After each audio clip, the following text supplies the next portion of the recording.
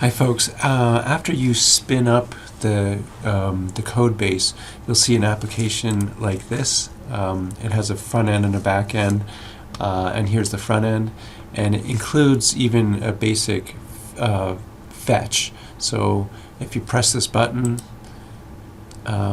it pops up an alert and says look in the console to see the response message, and then you can see that the fetch returns a bunch of responses that came back from the server, including a message that says you authenticated, that the authentication was successful, it was true as opposed to false, the token that was created by the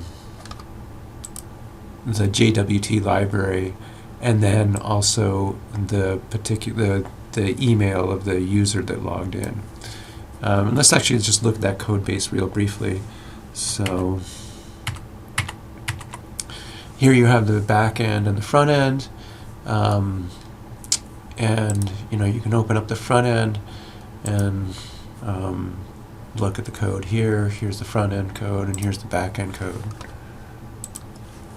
And when you press that button, the button's here in this main.js file, and when it executes a fetch, and here's the fetch, and then that alert pops up, and then in the console it displays the JSON data that was returned by the fetch request, this data here.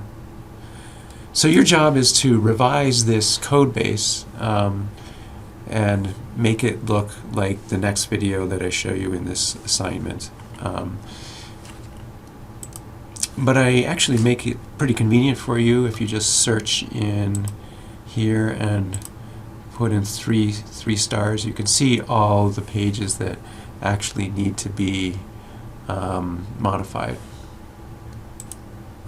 And this includes app.js, and dashcards.js, nav.js, signinform.js, and I think that's it.